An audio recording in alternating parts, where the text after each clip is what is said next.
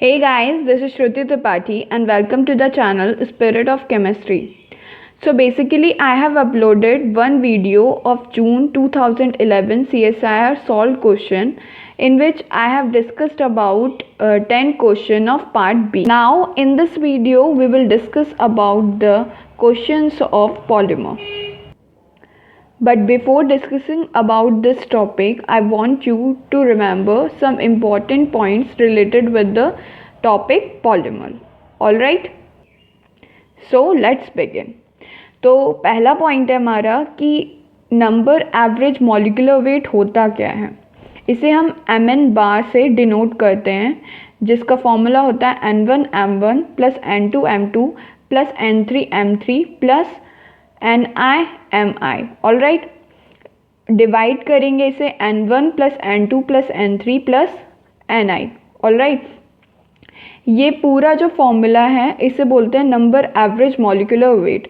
यहाँ पे 4 टाइप्स के एवरेज मॉलिक्यूलर वेट होते हैं जिसमें पहला होता है नंबर एवरेज मॉलिक्यूलर वेट जिसे हम mn बार से डिनोट करते हैं. सेकंड होता है वेट एवरेज मॉलिक्यूलर वेट जिसे हम mw बार से डिनोट करते हैं. थर्ड होता है mz बार जिसे हम बोलते हैं z average molecular wait. And the fourth one is the viscosity average molecular weight. तो ये चारों के चारों जो फॉर्मूले हैं ये बहुत ही ज़्यादा इम्पॉर्टेंट है. तो नंबर एवरेज मॉलिक्यूलर वेट यानी mn bar is equal to sigma ni mi. Sigma जो होता है वो समेशन का साइन होता है, ठीक है. तो समेशन मतलब n1 m1 n2 m2 जितने भी हैं इन सबको हम ऐड कर देते हैं. ऑल राइट, और इसको हम टोटल नंबर ऑफ मॉलिक्यूल से डिवाइड कर देंगे तो हमें क्या मिल जाता है, number average molecular weight. Now second one is weight average molecular weight. तो वेट एवरेज मॉलिक्यूलर वेट में हम क्या करते हैं, W1 M1 plus W2 M2 plus WI MI ऐसे करके काफ़ी जितने भी मॉलिक्यूल्स हैं उनका वेट और उनका जो जितने हैं टोटल जितने उस सॉल्यूशन में प्रेजेंट हैं मॉलिक्यूल्स उनका नंबर प्लस उनका जो वेट है. मतलब मान लीजिए हमारे पास एक मॉलिक्यूल है A और एक मॉलिक्यूल है B. A मॉलिक्यूल है, B मॉलिक्यूल है, ठीक है. तो मान लीजिए ये हमारा पहला मॉलिक्यूल है तो फर्स्ट वन ये हो गया और कितने नंबर हैं, A 2 हो गया. ऑल राइट, यानी A कैटेगरी के यहाँ पर 2 मॉलिक्यूल प्रेजेंट हैं तो N जो होगा हमारा यहाँ पर N1 यहाँ पर 2 हो गया. ऑल राइट, और इसका मॉलिक्यूलर वेट कितना हो गया टोटल, वो हमारा क्या हो गया M1. ऐसे ही करके हमारा B कैटेगरी के मॉलिक्यूल्स कितने हैं, प्लस करेंगे 2. ऑल राइट, और B कैटेगरी के मोलर वेट कितना है, इसका मोलर वेट कितना है वो मल्टीप्लाई कर देंगे M2. फिर डिवाइड कर देंगे टोटल नंबर ऑफ मॉलिक्यूल्स. तो कितने हैं, 2 तो ये हो गए और 2 ये हो गए तो पूरा डिवाइड कर देंगे 2 से. ऑल राइट, इस तरह से नंबर एवरेज मॉलिक्यूलर वेट निकाल सकते हैं. Similarly weight average molecular weight में क्या होता है, जो यहाँ पर N था नंबर था वो चेंज होके वेट में आ जाएगा. तो W1 M1 plus W2 M2 plus WI MI और उसको पूरे वेट जितने भी मॉलिक्यूल्स हैं उनके वेट से डिवाइड कर देंगे सम करके. ऑल राइट, इसको हम जो N होता है हमारा number of molecule total number, ये तो टोटल नंबर ऑफ मॉलिक्यूल हुए N1 plus N2 plus N3 ये टोटल नंबर ऑफ मॉलिक्यूल हुए. लेकिन एक मॉलिक्यूल है वो किसके इक्वल होता है, W अपॉन M. अगर इसी W को रिप्लेस करके हम यहाँ पर N1 M1 लिख दें, N1 M1 क्या, W की जगह N इंटू M, ये मोलर मास हो गया, ये वेट हो गया और ये क्या है, नंबर. ऑल राइट, तो इसे हम रिप्लेस कर सकते हैं और ये क्या मिल जाएगा हमें, N1 M1 square plus N2 M2 square plus dash dash dash Ni Mi square. मतलब इसमें और भी मॉलिक्यूल हो सकते हैं Mi तक. I हमारा 1 से लेके I तक कोई स्पीशी है I तक, वहाँ तक हम इसे काउंट कर सकते हैं. ऑल राइट, थर्ड है हमारा mz, z average molecular wait. बस इसमें क्या होता जा रहा है कि इसमें m की पावर, मॉलिक्यूलर वेट की जो पावर है, मॉलिक्यूलर मास की जो पावर है वो चेंज होती जा रही है। यहाँ पर n1 m1 था, n1 m1, n2 m2, n3 m3। Okay, यहाँ पर क्या था, wait w1 m1, w2 m2। इसे हम रिप्लेस करके, आपको ये याद करने की कोशिश नहीं करनी है, ये वाला कंफ्यूजिंग हो जाएगा, इसीलिए ये वाला रहने दीजिए, सिर्फ आप ये वाला रिमेंबर रखिए, सिर्फ ये वाला आपको याद रखना है। शुरू में क्या था, n1 m1, n2 m2, n3 m3, ni mi, और पूरे को टोटल नंबर ऑफ मॉलिक्यूल से डिवाइड कर दिया था। यहाँ पर क्या हो गया, m1 पे स्क्वायर आ गया, ठीक है, m1 square, n2 m2 square plus ni mi square, और फिर पूरे को हम n1 m1 plus n2 m2 इसके प्रोडक्ट के साथ डिवाइड कर देंगे। इसे हम सिंपल वे में ऐसे भी लिख सकते हैं, सिग्मा ni mi का square upon sigma ni mi। Okay, तो थर्ड वन है हमारा mz में z एवरेज मॉलिक्यूलर वेट जिसे हम कहते हैं। यहाँ पर m की पावर चेंज हो जाएगी, यहाँ पर वेट में 2 था तो वैसे ही z में क्या हो जाएगा, 3 हो जाएगा। ऑल राइट, अब इसे मैंने पूरा नहीं लिखा हुआ है, आप इसी तरह से लिख सकते हैं, जैसे कि n1 m1 cube, n2 m2 cube plus ni mi cube, और इसे हम डिवाइड कर देंगे n1 m1 square plus n2 m2 square plus ni mi square. Okay, तो ये हो गया। फोर्थ वन है विस्कोसिटी एवरेज मॉलिक्यूलर वेट, जिसमें कि हम क्या करते हैं, विस्कोसिटी एवरेज मॉलिक्यूलर वेट निकालते हैं, mv बार से डिनोट करते हैं। ओके, इसका फॉर्मूला होता है sigma i equals to 1 ni mi की पावर, mi की पावर है, ये पूरे की पावर नहीं है, ये सिर्फ mi की पावर है, a प्लस 1, फिर ब्रैकेट में 1 by a upon sigma i equals to 1 ni mi। Okay, तो ये 4 फॉर्मूले बहुत इंपॉर्टेंट है। तो पहला है हमारा नंबर एवरेज मॉलिक्यूलर वेट, जिसे हम mn बार से डिनोट करते हैं। सेकेंड है हमारा वेट एवरेज मॉलिक्यूलर वेट, जिसे हम mw बार से डिनोट करते हैं। थर्ड है हमारा mz बार यानी z average molecular wait, and fourth one is the viscosity average molecular wait, जिसे हम mv बार से डिनोट करते हैं। ओके, नाउ इससे रिलेटेड एक क्वेश्चन आता है कि ऑर्डर ऑफ मॉलिक्यूलर वेट कितना होता है, मतलब कैसे मॉलिक्यूलर वेट हमें दे दिए जाएंगे, mn दे दिया, ये जितने भी 4 हैं ये सारे मॉलिक्यूलर वेट आपको दे देंगे, और उसके बाद पूछेंगे कि इसमें सबसे ज़्यादा मॉलिक्यूलर वेट किसका होता है। ओके, तो कुछ नहीं है, हमें पता है कि इसको याद करने की एक ट्रिक है। हम जब अल्फ़ाबेट्स में जाते हैं ABCD EFG, तो उसमें क्या आता है हमारा, N क्या आता है, पहले आता है, उसके बाद हमारा क्या आता है V, उसके बाद क्या आता है W, और लास्ट में क्या आता है Z। Z सबसे लास्ट में आया, इसीलिए ये क्या हो गया, ग्रेटर हो गया। उसके बाद हमारा ये आ गया, एंड देन दिस वन।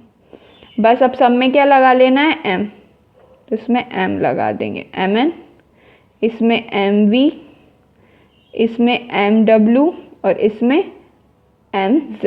तो सबसे ज़्यादा मॉलिक्यूलर वेट किसका हो जाएगा, mz का, उसके बाद mw का, फिर उसके बाद mv का, और फिर उसके बाद mn का। तो ऑर्डर हमारा क्या हो गया, mn का सबसे कम और mz का सबसे ज़्यादा। इससे रिलेटेड एक ग्राफ भी होता है जिसमें दिया हुआ है कि जब हम आगे जाते हैं, जब हमारा मॉलिक्यूलर वेट बढ़ता जाता है, तो जिसमें सबसे ज़्यादा मॉलिक्यूलर वेट होता है mz का, फिर उससे कम होता है mw का, फिर उससे कम होता है mv का, और लास्ट में किसका होता है, mn का। लेकिन अगर हम नंबर ऑफ मॉलिक्यूल्स की बात करें तो सबसे ज़्यादा नंबर ऑफ मॉलिक्यूल्स किस में होंगे, mn का सबसे ज़्यादा नंबर ऑफ मॉलिक्यूल्स होंगे, mv के सबसे कम, mv के mn से कम होंगे, फिर mv से कम mw के, और mw से भी कम किसके होंगे, mz के। तो ये दोनों क्या हैं, अपोजिट, ठीक है। तो mz का सबसे ज़्यादा मॉलिक्यूलर वेट होगा, और नंबर ऑफ मॉलिक्यूल अगर बोले जाएंगे तो mz के कम होंगे। ऑलराइट, नाउ नेक्स्ट टॉपिक है PDI। This is also very important topic. PDI क्या है? Full form polydisperse index. Polydisperse index क्या होता है कि PDI is equals to MW bar, यानी वेट एवरेज मॉलिक्यूलर वेट को अगर हम डिवाइड कर दें नंबर एवरेज मॉलिक्यूलर वेट से तो हमारा क्या आता है? PDI। और PDI भी हमारा क्या दो तरह का होता है। पहला होता है होमोजीनियस, दूसरा होता है हेट्रोजीनियस। सो होमोजीनियस का नाम ही पता चल रहा है, होमो से यानी सिंगल, वन, होमोजीनियस का मतलब वन। तो PDI 1 कब होगा हमारा? PDI इसमें क्या होता है हमारा? पॉलीडिस्पर्स इंडेक्स हमारा 1 होता है, इसीलिए हम इसे होमो का मतलब यानी मोनोडिस्पर्स सिस्टम। मोनो कब आएगा हमारा? 1 कब आएगा? जब MW और MN बार ये दोनों हमारे क्या होंगे? इक्वल होंगे। जनरली हमने क्या देखा था कि MW जो था वो हमारा MN बार से ज़्यादा होता है, बट PDI होमोजीनियस सिस्टम के बेसिस पे अगर बोलेंगे, होमोजीनियस सिस्टम अगर आ जाए तो MW bar is equals to MN bar. जब ये दोनों इक्वल होंगे तो ये दोनों एक दूसरे को कैंसिल कर देंगे और हमें क्या मिलेगा? PDI 1। Okay, next one is heterogeneous. Heterogeneous में PDI हमारा हमेशा 1 के ग्रेटर होता है। वो किस लिए? क्योंकि मैंने बताया अभी कि MW यानी molecular weight average molecular wait जो होता है वो नंबर एवरेज मॉलिक्यूलर वेट से ज़्यादा होता है, जिसकी वजह से क्या होगा? जब हम ये ज़्यादा है इसके कंपेयर में, तो जब हम इसे कैंसिल करेंगे तो हमारा PDI क्या आएगा? 1 से ज़्यादा आएगा। ठीक है, तो इसलिए PDI हमारा क्या हुआ? 1 से ग्रेटर। ऑलराइट, नेक्स्ट है हमारा कि जितने भी हमने अभी तक मॉलिक्यूलर वेट पढ़े, एवरेज मॉलिक्यूलर वेट पढ़े, उनको डिटरमाइन करने के लिए कुछ मेथड्स होते हैं। ओके, तो वो method for determination of macromolecules को डिटरमाइन करने के लिए 4 तरह के मेथड होते हैं, जिसमें पहला होता है हमारा osmotic pressure. So osmotic pressure is very important from exam point of view. ये एक बार ये एक दो बार पूछ भी चुका है। इसको बोलते हैं ऑस्मोमेट्री,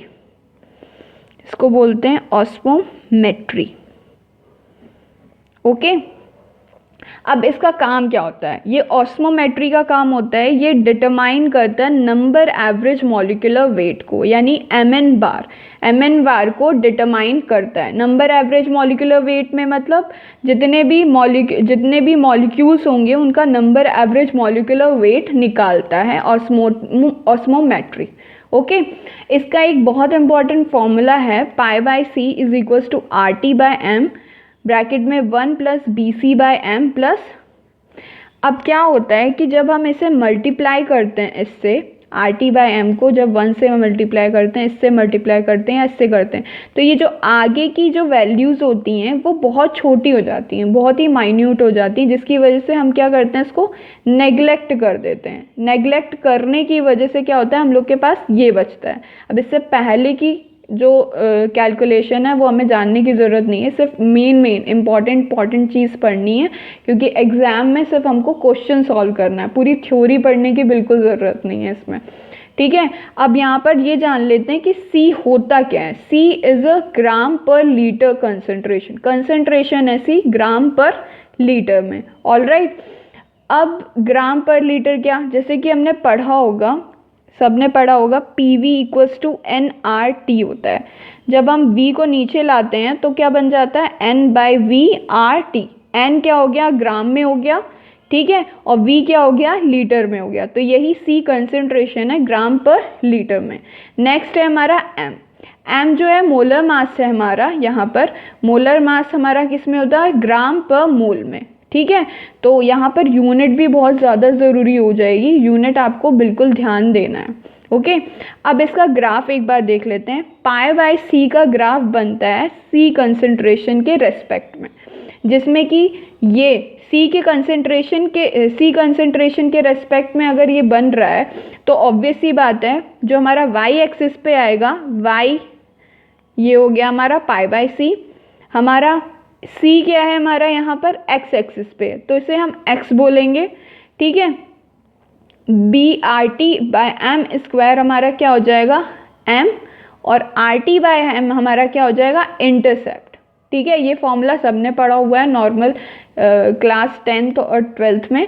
तो ये स्ट्रेट लाइन का फॉर्मूला होता है जिसमें पाई बाय सी हमारा y के इक्वल है, c हमारा x के इक्वल है, B R T by M square M, M यहाँ पर क्या है स्लोप, सो स्लोप हमारा क्या हो गया B R T by M square, और जो हमारा c है इंटरसेप्ट है आर टी बाय एम है। तो अब होता क्या है, अगर हमारी limitation c tends to 0, c हमारी कंसंट्रेशन अगर 0 हो जाती है, यानी ये कंसंट्रेशन 0 कब होगी, जब ये यहाँ पर आ जाएगा। जब हमारी c कंसंट्रेशन 0 हो जाएगी, हमने y की बात नहीं की है, सिर्फ c की बात की है कि c कंसंट्रेशन 0 हो जाएगी, तो हमारा जो पाई बाय c होता है वो टेंड कर जाता है आर टी बाय एम के इक्वल। ओके, यानी जो इतनी वैल्यू होगी हमारी, जो इतनी वैल्यू होगी लिमिट c टेंड्स टू 0 पे आने पे, ये हमारी क्या हो जाएगी, जितनी भी वैल्यू यहाँ पर, ये ज़रूरी नहीं कि इतनी ही होगी, इतनी भी हो सकती, इतनी भी हो सकती, तो इतनी वैल्यू जो आएगी वो हमारी आर टी बाय एम के इक्वल होगा।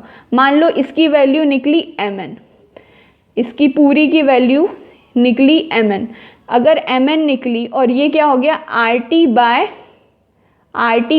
एम, mn नहीं लेते हैं, इसको कुछ और ले लेते हैं, मान लेते हैं 100 आई है हमारी, ये 100 आई। अब हमें क्या निकालना है, इसमें हम क्या निकाल रहे हैं, number average molecular wait mn बार निकाल रहे हैं। तो mn बार हमारा यही है, ये mn बार है, तो mn बार हमारा अब आसानी से निकल जाएगा, आर टी बाय 100 कर देंगे तो ठीक है। ये हमारा क्या था, मान लेते हैं हमारी ये जो इतनी वैल्यू आई c टेंड्स टू, जैसे c 0 पे आता है तो हमारा ये पाई बाय c की वैल्यू टोटल कितनी आ गई 100, ये 100 के बराबर होगी, और यही मैंने बताया कि R T by M intercept है, ये इक्वल हो जाएगा इसके 100 R T by M N, ये एम एन ही हमारा नंबर एवरेज मॉलिक्यूलर वेट के इक्वल होगा, ठीक है। इसीलिए ये क्या हो जाएगा हमारा एम एन, हम आसानी से निकाल सकते हैं। ओके, तो ये हो गया ऑस्मोटिक प्रेशर। तो फर्स्ट वन ऑस्मोटिक प्रेशर से हम क्या निकाल सकते हैं, number average molecular weight. Okay, now second one is the viscosity method, यानी विस्कोमीटर, इसे बोलते हैं विस्कोमीटर, ठीक है। This viscosity method is used to determine the viscosity average molecular weight. तो हमने चार तरह की एवरेज मॉलिक्यूलर वेट पढ़ा था, जिसमें पहला था number average molecular weight. Okay, अब हम ये जो विस्कोसिटी मेथड जो है हमारा, वो विस्कोसिटी एवरेज मॉलिक्यूलर वेट को डिटरमाइन करने में हेल्प करता है। अब इसका एक और नेम है मार्क हॉकिन इक्वेशन, इसे हम मार्क हॉकिन इक्वेशन बोलते हैं क्योंकि इसे मार्क हॉकिन ने डिराइव किया था। ऑलराइट, अब इसमें हम निकालते कैसे हैं, ये इक्वेशन है ईटा इक्वल्स टू के एम वी, एम विस्कोसिटी बार की पावर ए।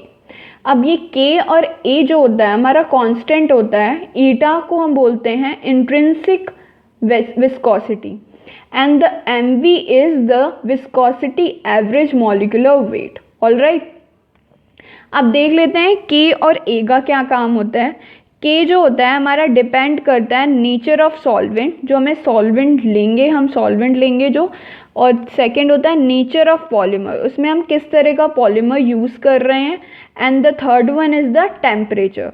तो तीन चीज़ों पे के डिपेंड करता है, पहला है nature of solvent, second one is the nature of polymer, and the third one is the temperature.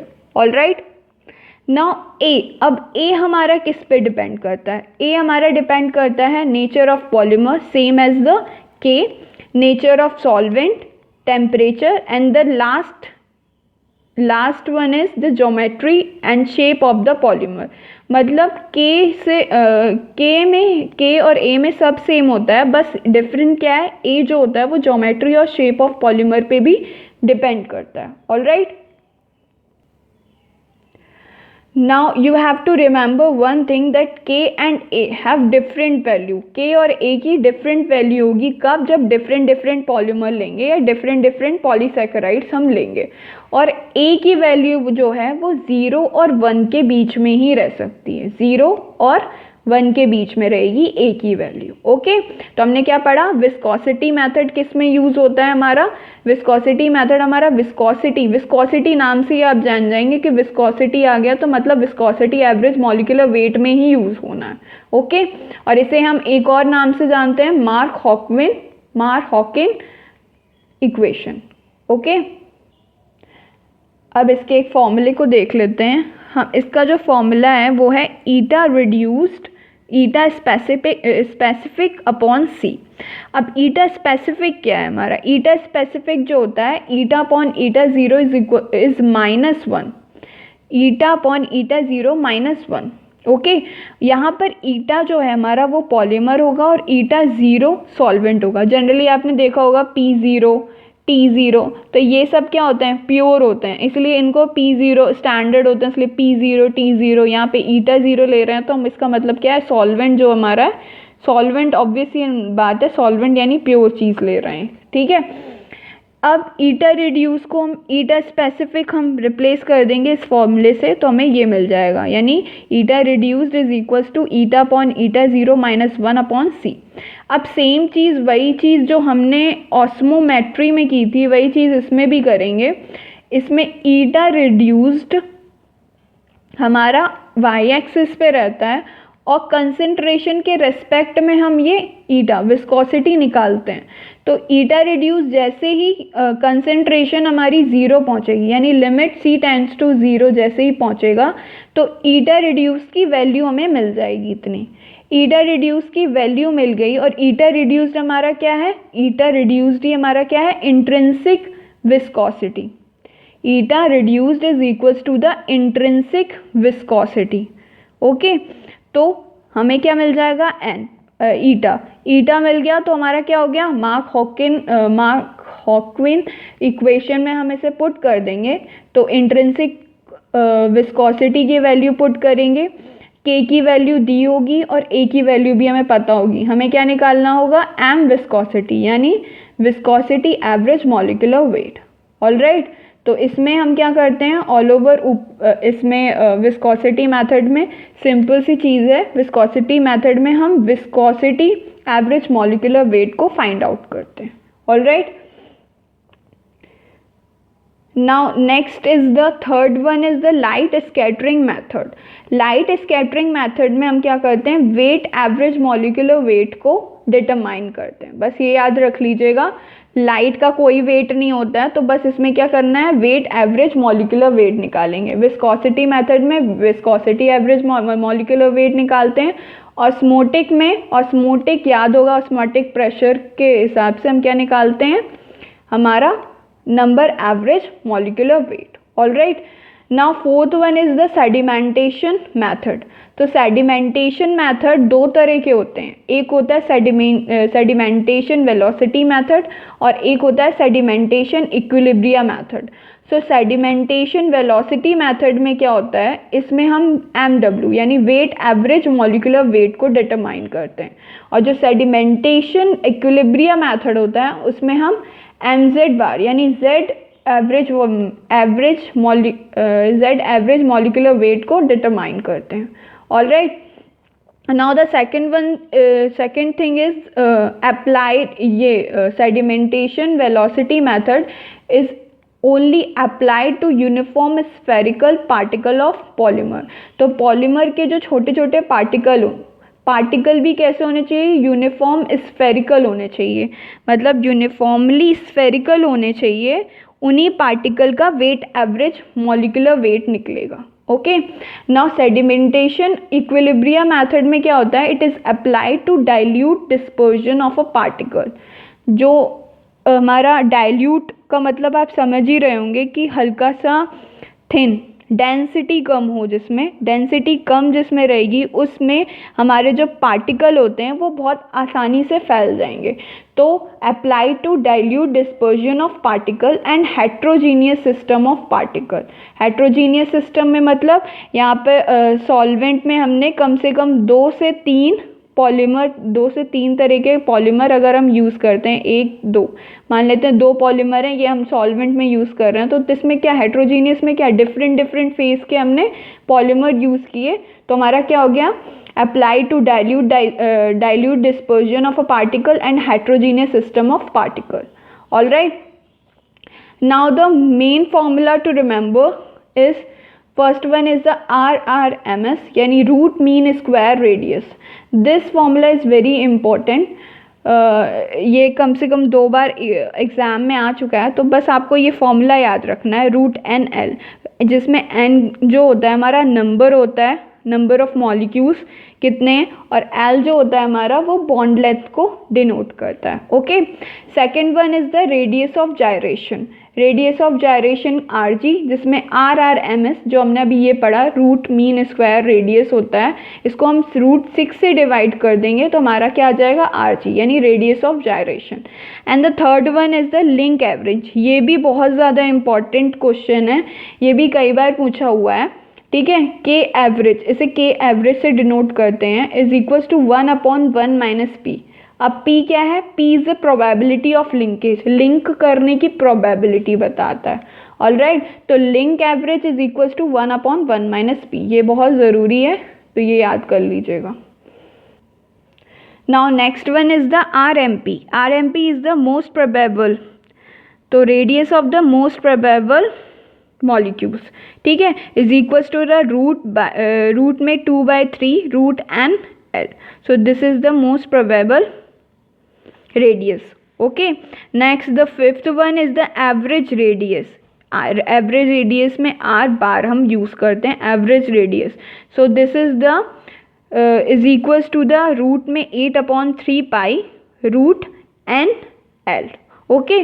So these जो अभी मैंने 5 इम्पॉर्टेंट फॉर्मूले बताएं. First RRMS, radius of gyration, link average, and the fourth one is RMP, and the fifth one is the average radius. ये 5 फॉर्मूले बहुत important है. ठीक है, आ सकता है. नेक्स्ट वन इज द ये फ्लोरीज इक्वल रिएक्टिविटी प्रिंसिपल.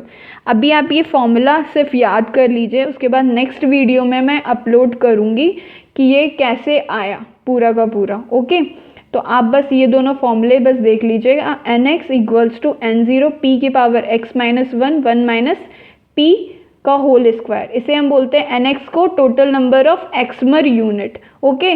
और ये जो होता है NX P equals to P x-1 1 minus P, ये हमारा होता है mole fraction of x-mer unit. And the last one important formula is kinetic chain length. So kinetic chain length को हम क्वांटम एफिशिएंसी भी बोलते हैं, जिसमें कि क्या होता है rate of product formation. Quantum efficiency आप लोगों ने पढ़ा होगा फिजिकल केमिस्ट्री में नॉर्मल, कि रेट ऑफ प्रोडक्ट फॉर्मेशन यानी प्रोडक्ट फॉर्मेशन का rate divided by rate of first step, या फिर बोलते हैं रेट ऑफ रिएक्टेंट डिकम्पोज, यानी कितने जो रिएक्टेंट आपस में मिल के डिकम्पोज हो चुके हैं. और now we will solve some question related with the polymer. So first one is that there are several types of mean molar masses for polymer, and they are dependent on experimental method. Like first one is the osmometry, second one is the light scattering, and the third one is the sedimentation. So the correct relation between mean molar masses and experimental method is, तो ऐसे कौन से experimental method हैं जिससे हम ये molar masses को determine कर सकते हैं. तो मैंने बताया था पहला था ऑस्मोमेट्री. उसको हम किससे करते हैं? सिंपल है, MN से, number average molecular weight. Okay. Light scattering को हम किससे करते हैं? मैंने बताया था कि लाइट क्या होती है, हल्की होती है, तो वेट एवरेज मॉलिक्यूलर वेट से. Then the third one is the sedimentation. Since यहाँ पर सेडिमेंटेशन के पार्ट्स में कुछ हिंट नहीं दिया है, तो जब भी नॉर्मल सेडिमेंटेशन पूछेगा तो आपको Z एवरेज मॉलिक्यूलर वेट ही लगा के आना है. ओके. तो इसका जो आंसर होगा C. MN को ऑस्मोमेट्री मेथड से करते हैं, MW को हमारा मतलब वेट एवरेज मॉलिक्यूलर वेट को लाइट स्कैटरिंग से, and the third one is the sedimentation को Z एवरेज मॉलिक्यूलर वेट से. ठीक है.